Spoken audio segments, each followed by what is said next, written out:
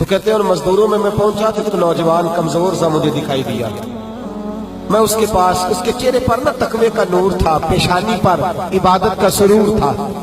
تو میں نے کہا بیٹے مزدوری کرو گے؟ کہنے لگا کروں گا لیکن میری کچھ شرطیں ہیں. تو میں نے مسکرا کے کہا، میں نے کہا بیٹے مالکوں کی شرطیں ہوتی ہیں کہ مزدوروں کی ہوتی ہے؟ کہنے لگا میں ذرا انوکھا مزدور ہوں، میری شرطیں ہیں. کہا کون سی؟ کہنے لگا لوگ 4 دینار مزدوری لیتے ہیں، میں 3 لوں گا. کہتے ہیں میں نے کہا یہ تو بڑی اچھی شرط ہے، باقی کی بھی اس طرح کی رکھ لیں. 4 لیتے ہیں میں 3 لوں گا. کہا دوسری شرط کیا ہے؟ کہنے لگے جو آپ کام کہیں کہ دل جمی سے کروں گا، لیکن جب اذان ہو جائے گی تو میں جہاں کام ہوگا وہیں چھوڑ دوں گا، میں پھر آگے نہیں بڑھوں گا. تیسری شرط میری یہ ہے کہ میں کام کروں گا، آپ کے کسی سوال کا جواب نہیں دوں گا. کہتے ہیں رند مزاج تھا، مجھے پسند آیا، میں گھر لے آیا، کام بتایا.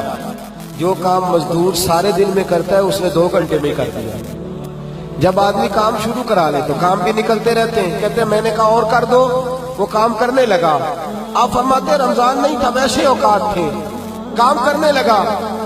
دوپہر کا وقت ہوا، زور کی اذان ہوئی تو اس نے مٹی نکالی ہوئی ہے بنیاد سے، نہیں کہتے ہیں پنجاب، مٹی نکال کے باہر رکھی.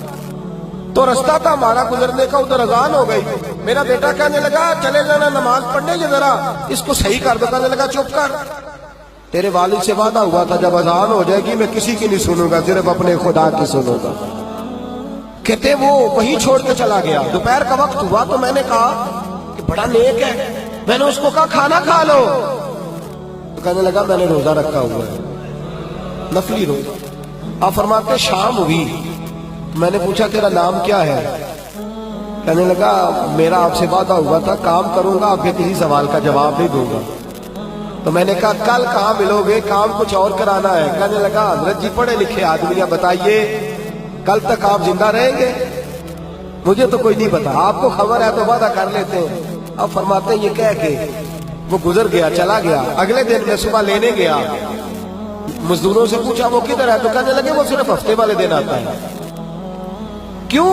اس لیے کہ وہ کہتا ہے میرا ہفتے کا خرچہ 3 دینار ہے، جب میں 3 دینار کما لیتا ہوں باقی سارا ہفتہ اللہ کی عبادت میں اور محمد پر درود پڑھنے میں گزار دیتا ہوں صلی اللہ علیہ وسلم. فرمایا اب نہیں آئے گا ہفتے والے. فرماتے میں ہفتے تک میں نے انتظار کیا، ہفتے والے دن دوبارہ لینے گیا، لے کے آیا، انہی شرطوں پر دوبارہ کام کرایا. تیسرے ہفتے، چوتھے ہفتے پھر میں گیا لینے تو مجھے وہ ہفتے میں بھی نہ ملا. میں نے لوگوں سے کہا وہ کدھر ہے؟ کہنے لگے بڑا سخت بیمار ہے. گھر کدھر ہے؟ کہنے لگے بغداد کے قبرستان کے پیچھے جو کچی آبادی ہے ان میں ایک جھونپڑی میں رہتا ہے.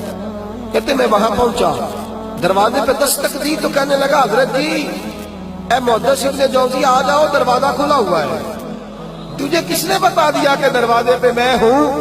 کہنے لگا غریب ہی غریبوں کا پتہ لیتے ہیں، ماڑے ہی ماڑوں کی خبر لیتے ہیں. آپ اللہ والے ہیں تو میری تیوارداری آپ نے کرنی تھی، کسی بڑے نے تھوڑی کرنی تھی. کہتے ہیں میں اس کے پاس جا کے بیٹھا تو تیز بخار ہے. آنکھیں کھول کے کہنے لگا حضور آپ آ گئے، میری چھوٹی سی مشکل ہے، حل کر دیں گے؟ میں کر دوں گا. کہتے ہیں جیب میں اس نے ہاتھ ڈالا تو 3 دینار نکالے. کہنے لگا میں آج رات انتقال کر جاؤں گا. عرش فرش تے بانگا ملیا، مکے پہ گئے شور، بلے شاہ سا نہیں مرنا، اے مر گیا ہی کوئی ہو، تے بارش شاہ نہیں مرتے، بارش شاہ نہیں مرتے جنہ کیتیاں نیک کمائیاں نے. اقبال کہتے ہیں موت کو سمجھے ہیں غافل اختتام زندگی، ارے یہ ہے شام زندگی پھر صبح دوام زندگی. کہنے لگا پیسے رکھ لو، میں مر جاؤں گا رات کو، یہ پیسے لے لو، کل آنا جب دن کا اجالا ہو جائے تو میرے ان پیسوں سے کفن دفن کا بندوبست کر دینا، اور اس قبرستان میں قبر کھود کے مجھے دفن کر دینا. اسی کسے سے کچھ نہیں لگ دے تے نہ کوئی ساڈا دردی، یا دفن کر دینا.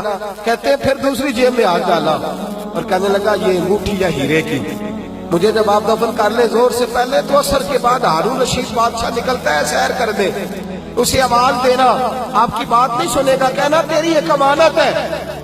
وہ پھر آپ کو بلائے گا تو انگوٹھی اسے دینا، اور پھر آپ بس یہ 2 میرے کام کر دیں، اللہ آپ کو جزا دے گا. پھر آپ میری طرف سے جزا کے مستحق ہیں، اللہ آپ کو دے گا. کہتے ہیں میں نے کوئی اور بات کرنی چاہیے تو اس جوان نے ہاتھ باندھ دیے. کہنے لگا حضور وقت تھوڑا رہ گیا ہے، رات جانا ہے، مجھے اپنے رب سے تنہائی کرنے دے.